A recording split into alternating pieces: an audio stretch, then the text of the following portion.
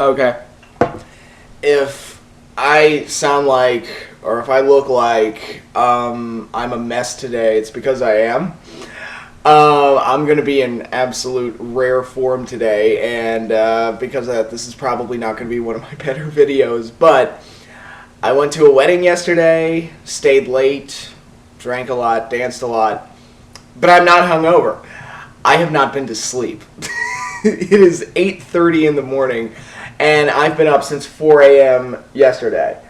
So I'm in, I'm in good shape right now.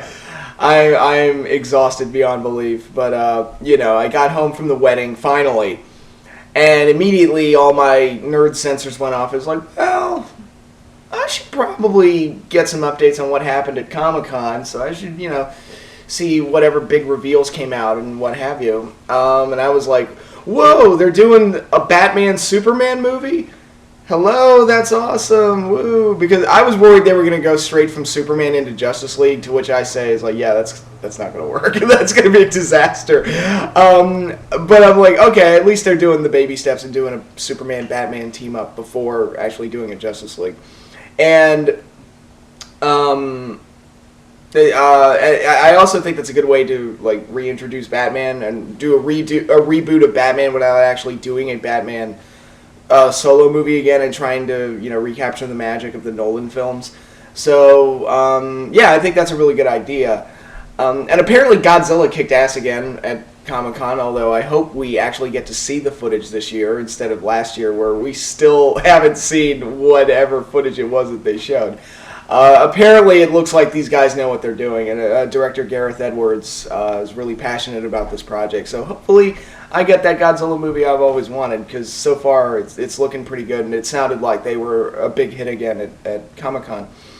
But because I was doing so much stuff looking up information on what happened at Comic-Con, I haven't been to bed, so I'm sucking down coffee right now just to get me through this video, because I have to do this video, because if I go to bed, I'm probably going to be out until the next morning, who knows. So I got to get this video out there before I actually go to bed. Anyway, I have to talk about what happened on TNA this week. We have a new World Heavyweight Champion, Chris Sabin. I've got mixed feelings about that. Like I said, I'm not sure if I would have put the belt on Sabin, but I think a lot of that has to do with me being like, run with the heel champion. It's not so much against Sabin or anything like that. I am happy for him. I mean, this is a guy that's been with the company for 10 years and, went through all those injuries and everything, and has been a consistently good performer throughout most of his run with the company, especially when you look at his run with the Motor City Machine Guns and his runs as X Division champion. He's been consistently a really good performer, and he got this big push and got this big break. Cool for him. I'm happy for him. I wonder where they're going to go with this. Obviously, it means there's a real good chance it means we're actually going to get that Hogan versus Bully Ray match at Bound for Glory now, because now that the title's off of Bully, we can go ahead and do that, to which I say, bleh. Don't need to see that. Don't need to see that, but I don't even know who Sabin would face at Bound for Glory if he held the title. Aries, I guess? Maybe AJ? I'm not sure.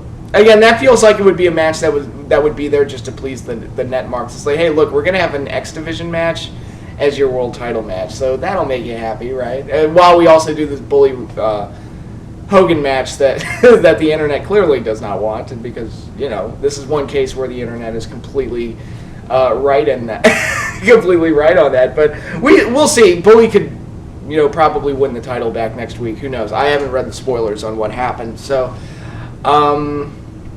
But yeah, though, it is interesting, and throughout the course of the night, I was starting to get ideas. It was like, okay, it looks like they're presenting ideas or possibilities for how Sabin could lose. Like, I thought Aries might cost him, but at the same time, the way they were building it up, and especially the way the match went down, where Bully just basically kicked his ass the entire time, I was like, oh my god, Sabin might come back and win this. Because it just looked like, whenever you see a match where the heel just completely dominates and the face gets nothing, it's like, okay, he's probably going to win it in like a flurry and some kind of.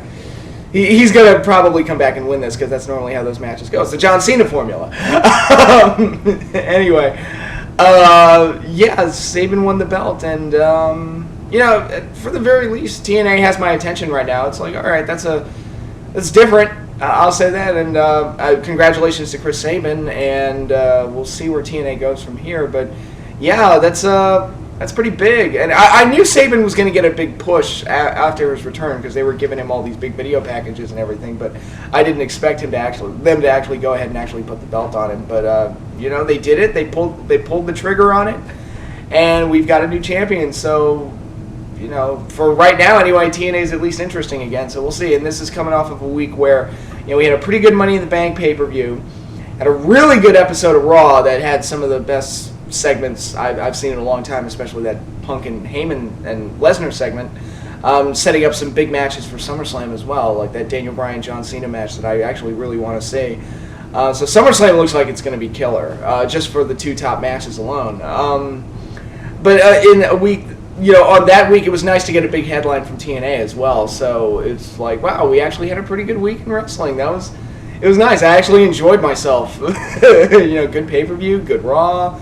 Good Impact with a shocking ending. So it's like, okay, cool. I'm a happy wrestling fan this week. It's nice to feel good about this shit. So, that's all I've got for now. I'm going to hit the hay and actually, be dead to the world for the next 20 hours, probably. But until then, you all have a good week. Hope you all had a good weekend, and I will see you all later. So.